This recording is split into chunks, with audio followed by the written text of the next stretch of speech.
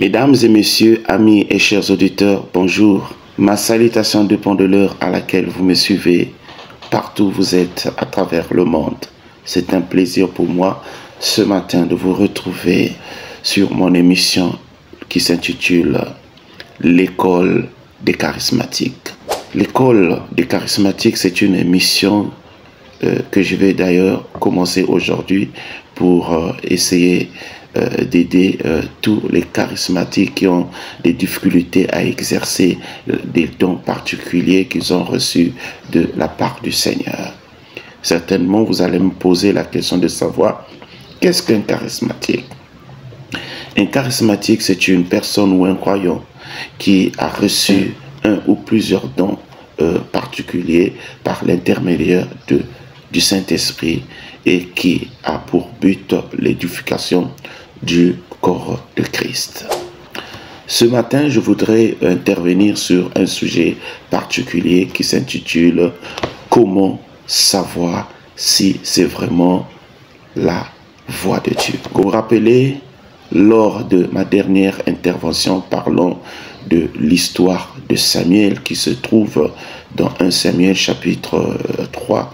Nous avons vu ensemble avec vous que Samuel avait entendu la voix de Dieu, bien qu'il ne savait pas immédiatement que c'était vraiment la voix de Dieu, ce qui d'ailleurs l'avait poussé d'aller vers son guide spirituel en la personne d'Élie. Et c'est Élie finalement qui va lui orienter et au final il a pu reconnaître la voix de Dieu. C'est pourtant dire que savoir si c'est vraiment la voix de Dieu peut paraître comme un exercice ou un processus délicat. Mais voici quelques critères qui peuvent vous aider à discerner la voix de Dieu. Le premier critère qui peut vous aider à discerner si c'est la voix du Seigneur, c'est la conformité avec les Écritures. Ici, il faut retenir que vous devez à tout prix vérifier ce que vous ressentez intérieurement ou ce que vous entendez est en accord avec les enseignements bibliques, parce que Dieu ne se contredit jamais avec sa propre parole. Et le deuxième critère qui peut vous aider à identifier la voix du Seigneur, c'est la paix intérieure.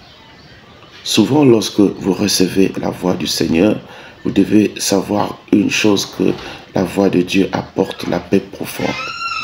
Même dans des situations difficiles, si tu ressens la paix intérieure, cela peut être un signe positif qui démontre que c'est la voix de Dieu. Et le troisième critère qui peut vous aider à identifier la voix du Seigneur, c'est les conseils de la communauté. Une fois que vous avez reçu la voix du Seigneur, cela ne peut pas vous empêcher, par exemple, de partager ce que vous ressentez, ce que vous avez entendu avec une personne de confiance dans la communauté de foi. Leur sagesse et leur perspective peuvent vous aider, n'est-ce pas, à discerner la voix de Dieu. Et d'ailleurs, nous le voyons dans le cas de Samuel. Il a partagé ce qu'il avait reçu avec son guide spirituel Élie. Et vous voyez ici, lui, au départ, qui ne savait pas si c'était vraiment la voix de Dieu. Élie l'a aidé dans ce sens-là à reconnaître la voix du Seigneur. Et c'est comme ça que Samuel a pu identifier la voix du Seigneur et surtout à développer une relation profonde avec Dieu. Et le quatrième critère qui peut vous aider à identifier la voix du Seigneur, c'est les fruits de l'esprit. En fait, ici, il est question simplement d'évaluer les résultats de ce que vous ressentez, de ce que vous pensez être la voix du Seigneur, tout en vous posant peut-être la question, tel que le message, par exemple, que vous avez reçu, est-ce que cela produit-il les fruits tels que l'amour, la joie, la paix, la bonté, la fidélité, la douceur, et la maîtrise de soi. Et le cinquième critère qui peut vous aider à reconnaître que c'est la voix du Seigneur, c'est la persistance. La voix de Dieu est souvent persistante.